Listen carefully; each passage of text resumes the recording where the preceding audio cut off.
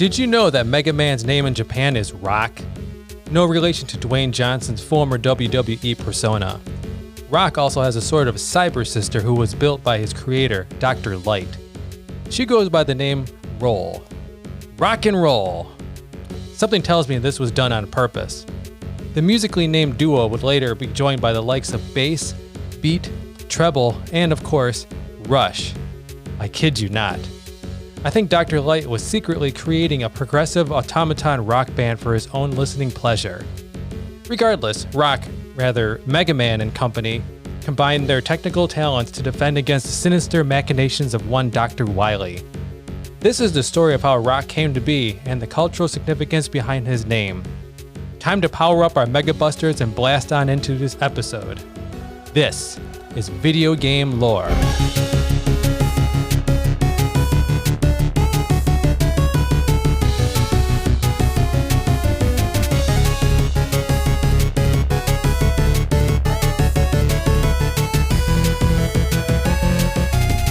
Welcome to Video Game Lore, the podcast where I shine light on the wily antics of your favorite video games and uncover the fascinating mythology behind the most beloved characters, magical items, and mystical worlds. I'm your host and self-proclaimed ludologist, Matt Verish. Thank you for joining me. This is the second of my Pixel Cryptid series, where I do a brief yet thorough exploration of a single video game character. Today's episode is Blue Bomber Beginnings. In 1987, a then-fledgling company by the name of Capcom released the first Mega Man to little fanfare. The box art, while now beloved for its utter ineptness, was a Rush amateur drawing that little resembled the main character or its cybernetic environment. Look it up if you don't believe me. Yikes.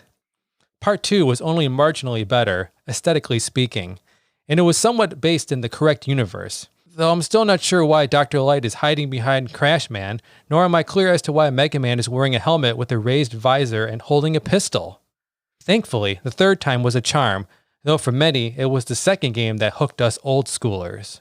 33 years later, the Mega Man series is still quite popular, with dozens and dozens of titles and sequels to its name.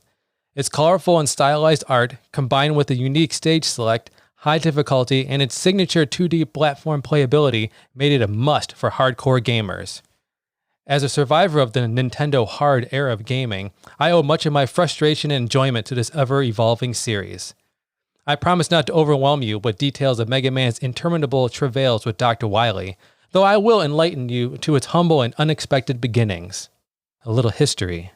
Capsule Computers, Capcom for short, is well known for releasing some of the finest and most difficult video games of all time. The company made its mark in both the home and arcade gaming market. 1942, Ghosts and Goblins, Strider, Street Fighter II, and Final Fight were just a taste of their huge arcade catalog. It's noteworthy to mention that all of the aforementioned games eventually made their way to home consoles. But there was one series that avoided arcades and got its start on the Nintendo Entertainment System. That series and its titular character just happened to be the very Blue Bomber of which this episode is exploring. In the late 80s, the NES dominated the video game world, and Capcom could not have chosen a better time or system to release its flagship platformer. Mega Man is the story of a boy robot created by Dr. Thomas Light to defend against the evil Dr. Albert W. Wily and his never-ending pursuit of corrupting robots to assist in his world domination. The series typically follows a non-linear format where you can choose which stage to play. Defeating the robot boss of each stage earns Mega Man their specific ability. The names of each boss usually gives away what the ability is, and, needless to say, those abilities come in handy against more difficult moments in the game. Case in point, Bubble Man. His weapon is bubble lead, literally a lead bubble you fire at enemies. And you didn't hear it from me, but that particular weapon makes short work of Dr. Wily's final form at the end of Part 2. Speaking of Wily, the cast of the Mega Man games is massive and eccentric. I've already mentioned a few earlier in this episode, those being the two doctors and a few of Mega Man's friends' weapons' assistant dog. I felt it necessary to highlight one of the game's most popular co-stars, Proto Man, the so-called older brother of Mega Man. Proto Man was the very first robot master to be created by Dr. Light. He is a prototype robot, hence his name, originally intended to be the first humanoid capable of self-awareness. Being the first, however, left Proto Man with a critical flaw with his energy core, which could cause him to cease functioning. Dr. Light had attempted to rectify this problem, but having created him with too much independence, Proto Man fled to preserve his sense of identity. He would later go on to assist his younger brother throughout the series, and eventually become a playable character himself. It's easy to see why Proto Man is a fan favorite. Aside from his awesome choice in fashion, signature yellow scarf, candy apple red suit, and sweet shades affixed to his helmet, he wields a shield and a wicked sword. And best of all, he announces his arrival with an electronic whistle.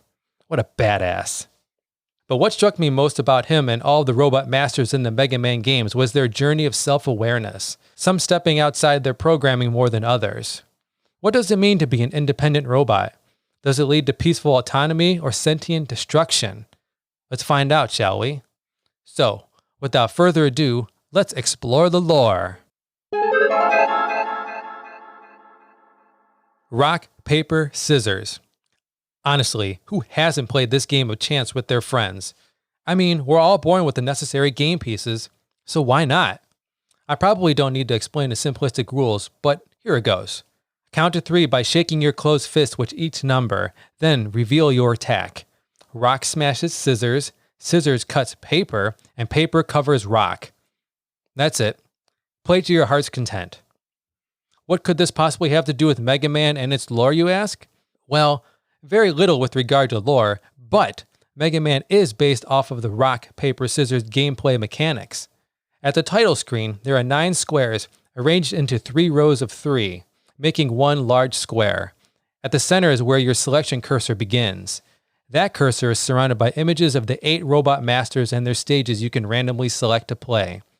Where the rock, paper, scissors mechanics enters when you finally manage to reach a boss and discover that they are a bit too difficult to defeat without employing a particular ability collected from another, easier master. The only way to find out which stage to attempt first is by trial and error. In essence, you have to guess, a game of chance, or figure out the boss's patterns. This is 8-bit video gaming we're talking about here.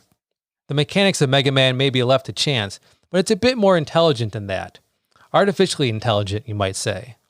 According to Merriam-Webster, the definition of artificial intelligence goes as such: a branch of computer science dealing with the simulation of intelligent behavior in a computer, and the capability of a machine to imitate intelligent human behavior.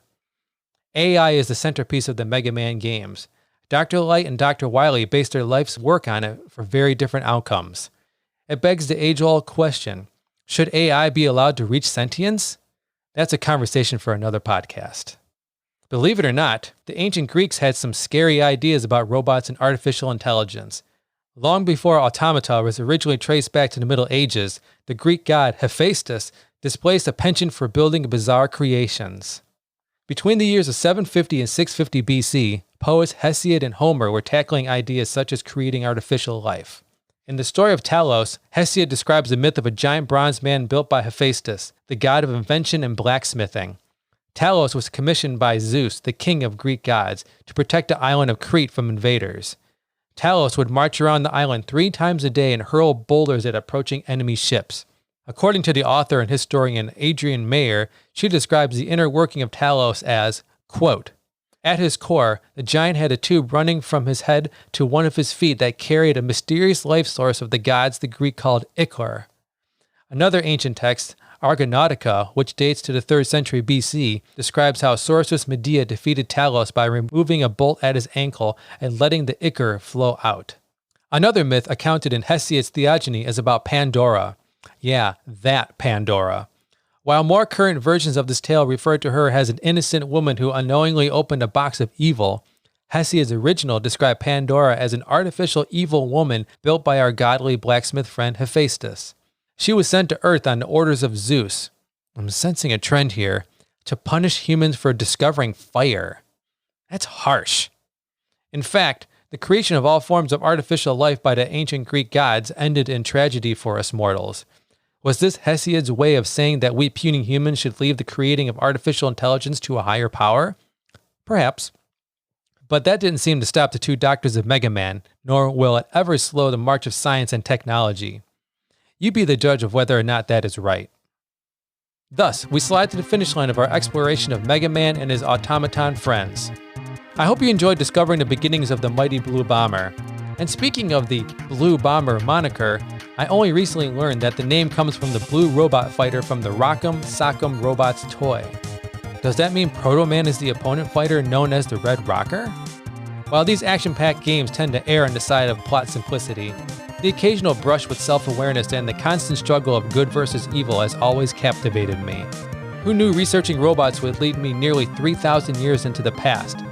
I guess our curious ancestors weren't so very different from us. Kinda makes me wonder if Hesiod and Dr. Light would be friends if they ever met.